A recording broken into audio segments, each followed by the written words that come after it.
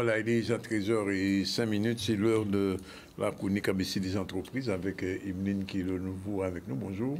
Bonjour Dani, bonjour les téléspectateurs. Pourquoi ce sourire, Emeline? C'est que tu as de bonnes nouvelles à nous annoncer? Toujours. Lorsque j'arrive pour cette chronique, c'est toujours avec plaisir. Et quand on reçoit la même chose, c'est parti pour le générique et on revient vers toi.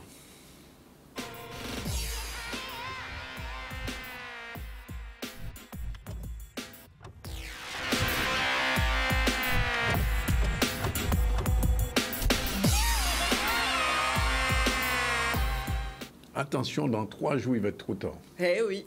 Trop tard pourquoi?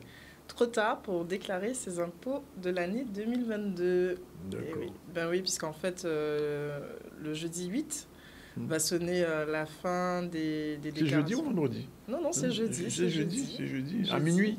À minuit, c'est la date limite pour pouvoir déclarer l'ensemble de ses impôts sur revenus. Et donc, effectivement, c'est un sujet habituel pour nous, mais qui est toujours intéressant de reprendre pour pouvoir appeler à l'ensemble de nos contribuables qui regardent la télé aujourd'hui, qu'il faut effectivement, pour ceux qui ne l'ont pas encore fait, faire le pinceum annuel. Il faut récupérer le document sur le site. Tout à fait, c'est-à-dire que jusqu'en fin mai 2000, alors c'est vrai que ça fait des années qu'on nous promet la disparition de la déclaration papier, mais elle est encore possible, notamment pour les primo-accédants jusqu'au mois de mai dernier. Donc là maintenant, c'est plus possible de déclarer en version papier. Et il faut effectivement impérativement se connecter en ligne. Et effectivement, il y a quelques petites nouveautés qu'il ne faut pas rater, en fait. Alors, question, c'est une nouveauté parce que les gens... Alors, juste une précision pour les gens qui n'ont pas encore compris. La déclaration se fait même si on disait que les impôts prenaient directement, etc. Oui, tout à fait. La déclaration reste un geste obligatoire. Il convient effectivement, même si elle est déjà pré-remplie en ligne, oui, de valider les informations qui sont déjà pré-renseignées. Très souvent, il n'y a pas de modification à faire, notamment... Il n'y a pas d'erreur? Ils ne peuvent pas faire des erreurs? Il est très très rare que les impôts puissent se tromper, notamment sur toute la partie liée au salaire, mais il faut toujours vérifier parce qu'en général, la remontée des rémunérations et du revenu fiscal est transmise directement par les employeurs au travers de la DSN, donc la déclaration sociale nominative. Normalement, il ne devrait pas y avoir de soucis, mais au cas où, chaque contribuable est invité à vérifier la déclaration. Tout à fait. Et effectivement, en termes d'erreurs, quand même, par rapport à mon expérience personnelle, il arrive parfois que les revenus déclarés pour les professionnels libéraux ne soient pas nécessairement référencés dans la bonne case, notamment s'ils sont encore adhérents à un centre de gestion agréé. Donc, vérifier aussi que la déclaration est faite sur le bon créneau. Alors, pour tout ce qui est des nouveautés, quand même, il est à noter que, toujours dans la dynamique d'améliorer le pouvoir d'achat de nos contribuables, qu'il y a la possibilité pour les personnes qui perçoivent des pourboires, donc notamment on entend tout ce qui est serveur principalement, donc c'est toutes les professions qui perçoivent le pourboire en 2022 et 2023. Donc ces pourboires, en fait, sont exonérés d'impôts, ce qui est non négligeable. Mais non, mais je ne comprends pas. Quand on fait un pourboire, c'est quelque chose en général... Manuel. Oui, mais théoriquement, même si c'est un don manuel, c'est le fruit et la recette de tes travaux, donc théoriquement, c'est censé être déclaré. Voilà. Oui. Alors maintenant, le bon côté, c'est que si nos contribuables oubliaient de déclarer, ils peuvent déclarer sereinement en sachant qu'effectivement, il y aura quand même une exonération d'impôts, du coup, et ainsi que des contributions sociales, en sachant que cette exonération est valable pour les personnes qui n'excèdent pas 1,6 SMIC. Donc, il faut prendre le SMIC multiplié par 1,6. Et les heures supplémentaires? Alors, les heures supplémentaires, bonne nouvelle, il y a eu un rehaussement des plafonds des heures supplémentaires exonérées, donc qui, l'année dernière, en fait, un salarié pouvait faire jusqu'à 5 000 € d'heures supplémentaires exonérées. Désormais, en 2023, c'est jusqu'à 7 500 €.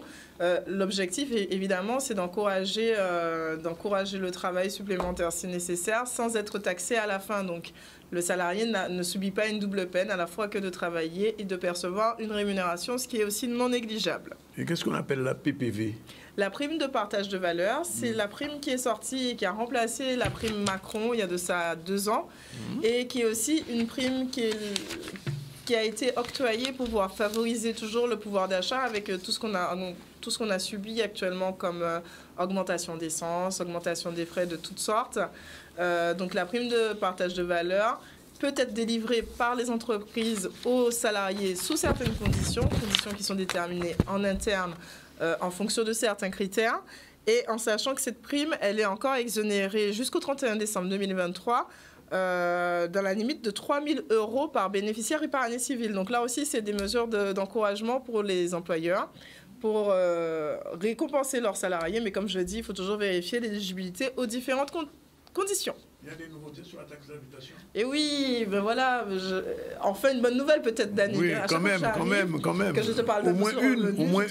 Toujours très renfrogné, c'est pas ta chronique préférée, mais il faut savoir quand même qu'en 2023, il y a une disparition. Iman s'amuse. Bon.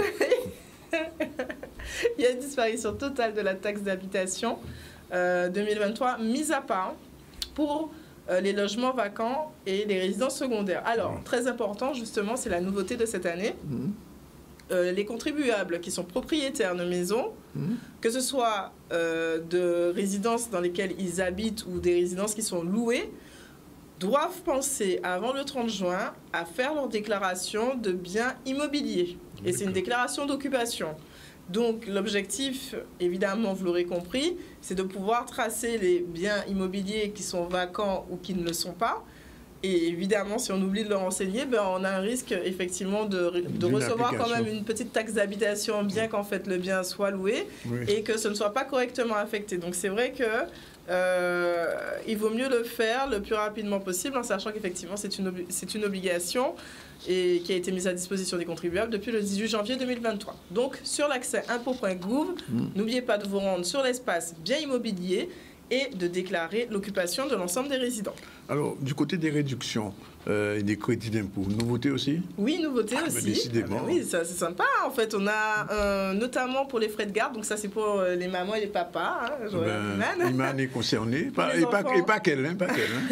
Les enfants de moins de 6 ans, je ne sais plus si la moins de 6 ans. Oui. Tout à fait. Donc le crédit d'impôt a été revalorisé. Il faut savoir qu'on pouvait bénéficier d'un crédit d'impôt dans la limite de dépenses de 2 300 € par enfant. Désormais, c'est remonté à 3 500 €. Donc, on a un crédit d'impôt de 50% des 3 500 €. Donc, ça, c'est non négligeable. Pensez donc à déclarer cette partie-là et surtout, pensez à bien ventiler, à répartir entre les enfants. C'est-à-dire que les frais de garde, si vous avez 2 enfants et que vous avez des frais de garde à hauteur de 7 000 €, ne mettez pas 5 000 sur l'un, 2 000 sur l'autre. Il vaut mieux mettre les 3 500 répartis entre les deux pour bénéficier du crédit d'impôt de la moitié. C'est non négligeable. Comme on est à la télévision, les gens qui auront de la télévision sur notre chaîne qui est pas celle-ci, ils payent en général une taxe. Ah ben oui, c'est la taxe contribution audiovisuelle. Et bien là aussi, toujours dans la démarche du pouvoir d'achat, vous allez vous rendre compte qu'il n'y a plus cette petite encoche lorsque vous allez vous connecter. On n'a plus l'obligation de déclarer si effectivement on a un téléviseur ou pas. Il n'y aura pas de contribution supplémentaire ajoutée à la taxe d'habitation. Bien, alors, pour les enfants majeurs.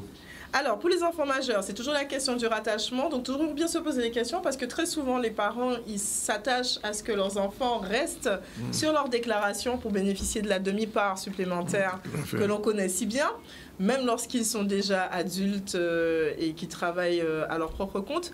Il faut vérifier toujours l'opportunité de déclarer un enfant majeur en rattaché plutôt que de le déclarer séparément et de préférer le versement de pension. Il peut s'avérer parfois qu'il est plus intéressant de verser une pension à un enfant majeur, ce que fait très spontanément les parents, puisqu'ils subviennent aux besoins de leurs enfants en leur versant chaque mois 200, 300 €. Ce montant-là, sur une année cumulée, peut être plus avantageux en pension versée qu'en rattachement d'enfant. Mais attention, si on déclare une pension versée à un enfant, il faut que cet enfant, en face, déclare la pension qu'il a reçue sur sa propre déclaration séparée. Donc, c'est vrai que là, on est le 6, ça peut être peut-être un peu tard s'il ne faisait pas la déclaration, mais il faut bien que les pensions se retrouvent chez l'un et chez l'autre, parce que là aussi, il y a de la traçabilité. L'administration fiscale va vérifier qui est le bénéficiaire de la pension qui a été reversée. Alors, la pension alimentaire qu'Iman reçoit, c'est quoi exactement? Alors, la pension alimentaire, c'est qui la lui verse? C'est je sais pas. Alors, ce serait plutôt la pension alimentaire aussi, éventuellement. Alors, on n'y pense pas souvent, mais on peut avoir des ascendants qui vivent sous le même toit. Tout à fait. Alors, il y a des crédits d'impôt pour les ascendants qui vivent sous le même toit. Et il y a aussi la possibilité de déduire l'argent qu'on va donner à nos parents pour les aider régulièrement. Oui, oui, tout à fait, dans une petite case. Là aussi, ça fonctionne aussi en vase communicant. Si on verse, les parents reçoivent et doivent aussi le déclarer, en sachant qu'on peut aussi bénéficier d'une déduction forfaitaire pour la présence des parents à domicile. Alors, tous les jours, je fais Pointe-à-Pitre, Trois-Rivières, en frais professionnels. J'achète des bouquins. Je suis sûre que tu as déjà fait ta déclaration et que tu n'as pas oublié de déclarer les frais professionnels. Ah non, oui, non. Parce que ça, c'est une vraie panacée, tout à fait. Et très souvent, on peut parfois le zapper. Il faut mettre des factures, comment... Alors, il n'est pas nécessaire d'apporter les justificatifs lorsqu'on effectue la déclaration d'impôt. Par contre, il convient de les conserver en cas de contrôle. Voilà, sait-on jamais. Et donc, effectivement, tous les frais qui se rapportent à l'activité professionnelle de Danick, pas ses lunettes de vue, on va rappeler. Les chemises. Pas les pantalons, mais les chemises. Mais en fait, tous les frais qui sont nécessaires à l'exercice professionnel, donc ça peut être des frais de formation payés à titre personnel.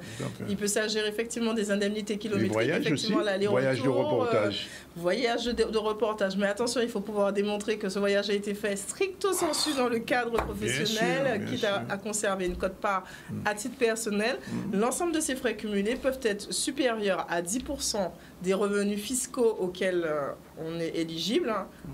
Et donc, ça peut constituer un abattement non négligeable. Est-ce que, je pose la question, est-ce que l'achat d'un portable professionnel rentre dans les frais professionnels? À condition que tu démontres, oui, effectivement, que c'était vraiment le stricto professionnel que tu as acheté et qu'on ne t'a pas donné. Bon, ma foi, pourquoi pas? Bon, oui. Alors attention, pas de double déduction. Si ce portable a été acheté par une société, il n'est pas déductible à titre personnel. Oui, il n'est pas personnalisé, il est privé. Tout à fait. Alors, globalement, et on termine là-dessus, les experts comptables, finalement, servent comme quelque chose, finalement. Toujours, Danick. Tu as toujours eu un doute Non, j'ai pas de doute. Non, j'ai pas de doute, mais enfin... Le numérique avance. Oui, le numérique avance, tout à fait. Et on a, alors, grâce aux nouvelles technologies, on a pu mettre en place l'opération encore cette année Allo Impôt qui s'était tenue mardi dernier. On a reçu quand même 274 appels. C'est la preuve, effectivement, qu'on a un besoin non négligeable au niveau de notre population d'être assisté, notamment pour les déclarations. Et effectivement, c'est le record qu'on a eu cette année, comparativement à 2021, où on était à 248 appels. Population qui est sensible, et en tout cas, pour ceux qui ont raté l'opportunité, n'hésitez pas à prendre la tâche éventuellement d'un expert comptable si vous êtes un peu en difficulté, ou encore même, surtout, auprès des impôts qui sont vos principaux interlocuteurs. Nous sommes tous mobilisés pour vous aider dans cette tâche. Merci pour toutes ces bonnes nouvelles qui sont rarissimes à cette émission. Mais enfin bon, aujourd'hui c'était un petit peu mieux que les autres fois. Merci en tout cas, Émilie. Avec plaisir, Danick. Le site des impôts, c'est impôts.gouv. www.impôts.gouv.fr. Voilà.